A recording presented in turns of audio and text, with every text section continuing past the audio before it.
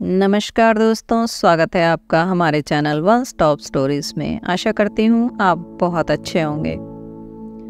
रवि बोला, इतने वर्षों की वफा और प्यार का ये इनाम तो मत दे, छोड़कर मत जा।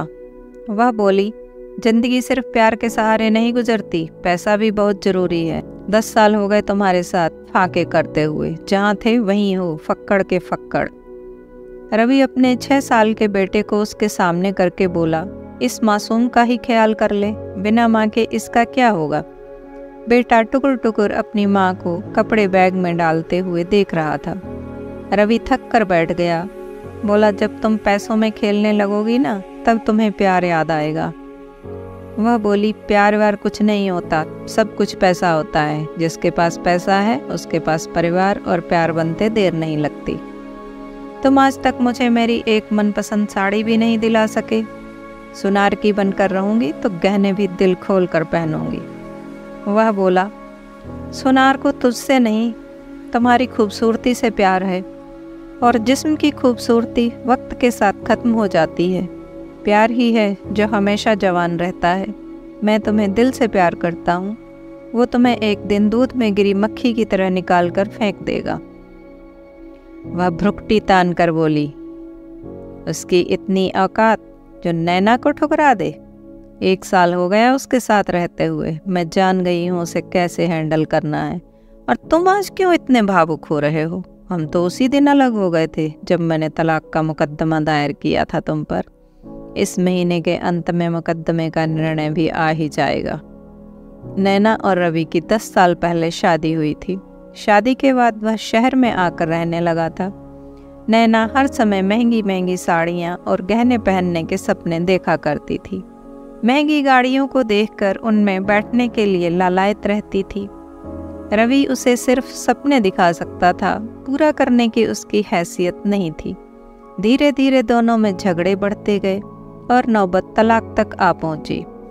इसी बीच नैना ने एक सुनार को फंसा लिया। अब ज़्यादातर वह उसी के पास रहा करती थी। आज आखिरी बार वह अपना कुछ सामान लेने रवि के घर आई थी। रवि भी उसे रोकने का आखिरी असफल प्रयास कर रहा था, लेकिन नैना नहीं रुकी और चली गई। 1 महीने बाद दोनों का तलाक हो गया। बच्चे की कस्टडी रवि को ही मिली। नैना उसे रखना भी नहीं चाहती थी। उसके बाद रवि शहर छोड़कर गांव चला गया, क्योंकि शहर से उसे नफरत सी हो गई थी। शहर ने उसे लूट लिया था। उसकी सुंदर बीवी, उसका प्यार उससे छिन चुका था। 20 साल बाद जो कभी मकान बनाने वाला मिस्त्री था, अब बड़ा ठेकेदार बन गया था। शहर में उसकी कई साइट चल रही थी। उन्हीं पर एक दिन एक औरत काम मांगने आई। औरत ने मैले कुचैले कपड़े पहन रखे थे। उस साइट को रवि का 26 साल का बेटा रुद्र संभाल रहा था। वह रुद्र के पास आकर बोली, साहब काम चाहिए। रुद्र ने कहा, ठीक है लग जाओ, लेकिन रजिस्टर में अपना नाम लिखवा दो। औरत बोली, नैना। नाम सुनकर रुद्र का पेन रुक गया। वह गौर से उस औरत का चेहरा देखने लगा। औरत बोली, क्या हुआ साहब? रुद्र अपनी माँ का नाम जानता था। जब वह छोड़कर गई थी तब वह 6 वर्ष का था। वह आज भी अपनी माँ का चेहरा नहीं भूला था। वह जान चुका था कि यह औरत उसकी माँ नैना ही है, लेकिन उसने जाहिर नहीं होने दिया। रुद्र बोला, आप सिर्फ मजदूरों के लिए पानी का मटका भरकर यहाँ रख दिया करो।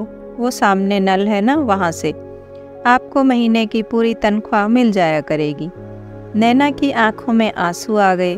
वह बोली, आपको भगवान हमेशा खुश रखे साहब, जो आपने मुझे ये आसान सा काम दिया है।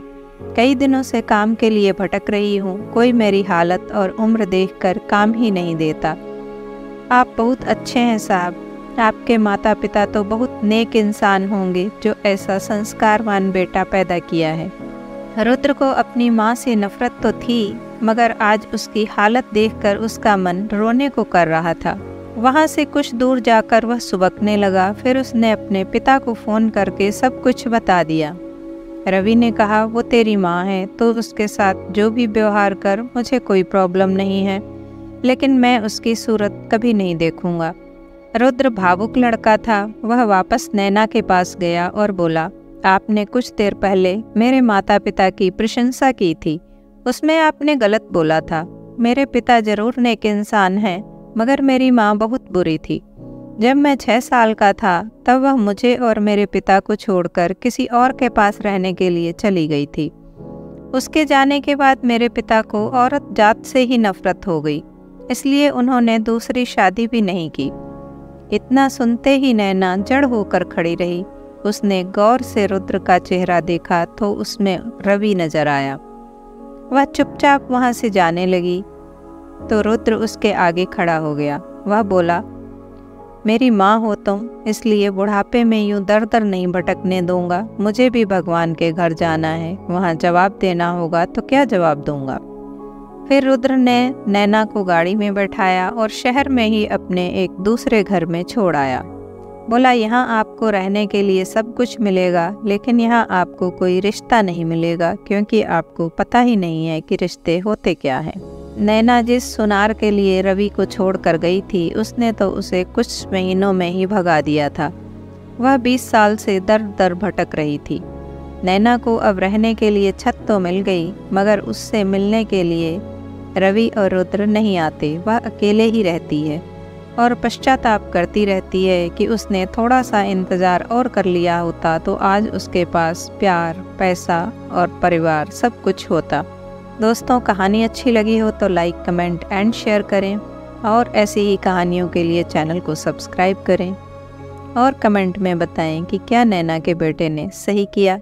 मैं आपसे फिर मिलती हूँ किसी अन्य कहानी या जानकारी के साथ। तब तक खुश रहें, खुशियाँ बांटें, अपनों का साथ और प्यार आपको हमेशा मिलता रहे।